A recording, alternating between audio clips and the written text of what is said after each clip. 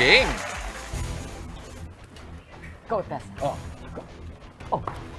Go for that. Oh! Hindi ka makakatayo. Yan, no? Oh, tap, tap, tap. May tap. Nice. Oh, Miguel. Oh. Okay. Okay. Okay, Brielle Brielle and and Thomas. Thomas. How cute! Oh my God. Okay, your medals muna. Let's hold your Daming medal. medals kasi. Mapapalaban. Bigat ano? Bigat ah. Look at Priya, look at him. Oh! Look at her. Thomas' turn. Oh! One. Okay. Grabe, pag tinuruan ko yung mga anak ko ng ganito, last one. Oh, Ali? Ali, you want to try? Ali. You and Ali. And Okay. Brielle. Ali versus Okay. Jess. Okay, Ali and Jess. Okay. Wow. Kamayan pa. Siyempre. Whoa! All right! Hey, for that you win a bronze. This is yours. Bronze medal. Oh, mga kapatid! Nakita nyo naman. Oh my God. Talaga naman pinasiklaban tayo ni na Ali. Where's Ali? Si Ali. Here's si Ali. And then we also have Tessa. Si Tessa. Our bigger sister. Ayan. Yeah. Si Thomas. Where's Thomas? Thomas is here. And then we also have Brielle. Si Brielle ang ating bagets. At si Bartolome. Hindi, Miguel. Bartolome and Miguel Cacho.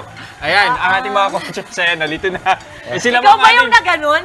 Sila po ang ating super kids ng Jiu-Jitsu na nag-medal finish sa katatapos lang na Marianas Pro Japan Tournament at Asia Jiu-Jitsu Cup sa Japan. Good morning sa inyo. Grabe naman. Coach, congratulations. Thank you. Kagagaling nyo lang eh, ano? Yes. And this is a pride talaga that you bring to the country. Yes. Pero ang tanong ng mga nanay, ganito ba talaga kaaga natin sinisimulan ang mga bata sa jiu-jitsu? Yes. 6 years old si Bri. 6 years old. Actually, some of them, like Brielle and Ali, they started 4. Wow! 4 years old, yeah. Then Brielle started competing at age 5.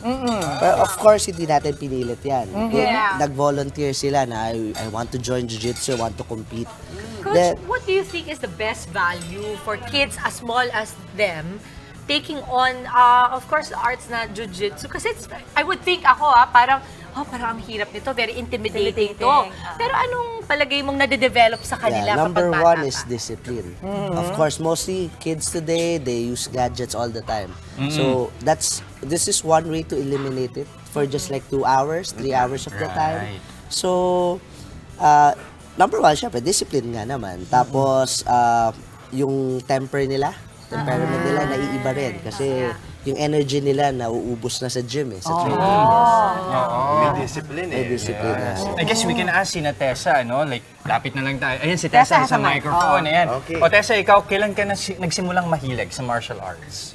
I started judo at 5 maybe. 5? But I didn't train that long. Then I started jiu-jitsu at 11. 11. What's the scariest part? Ano yung nakakatakot about the sport?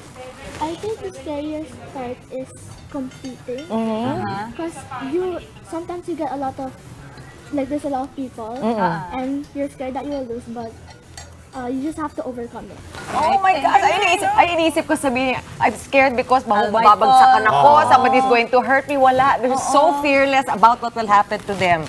And I think that's what the sport really does to you, no? Yes, Sa amazing. I wish we would get to interview you longer next time. Sana bumalik po kayo and congratulations sa lahat Napakahusay. ng Ang mga gagaling. binibigay niyo Jojo sa Garage! Go Pilipinas talaga. And that is it para sa Ay, ating... promote pa raw sila. Yes, Oo, go. please. Sorry.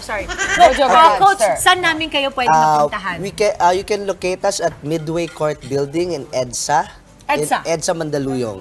Here, malapit sa Yes. atin The, pala. the name of the gym is Dojo Garage. You can also find us in YouTube, in Facebook and in Instagram. Dojo Garage. Dojo Garage. Bakit Dojo Garage? Kasi it's parang when you go inside, there's a motorcycle shop. Ah! And at the back, it's a gym. Para sa mga daddies na naghihintay sa mga anak Anak nila. nila, sakto naman pala. Perfect pala po yung kay Bata. Boyet yan. Okay. Thank you so much, kids. Thank you, Coach, Congrats for again, kids. coming. Maraming salamat. At ito na nga po, that is it para sa ating Extra Sweet Thursday. Isang makabulang umaga ang naihatid namin sa inyong mga tahanan. Kita-kits pa rin po tayo bukas. Enjoy lang ang araw at mag-spread ng good vibes palagi. Keep smiling lang yan ang paalala ng inyong paboritong kasalo sa umaga. Good morning, kapatid!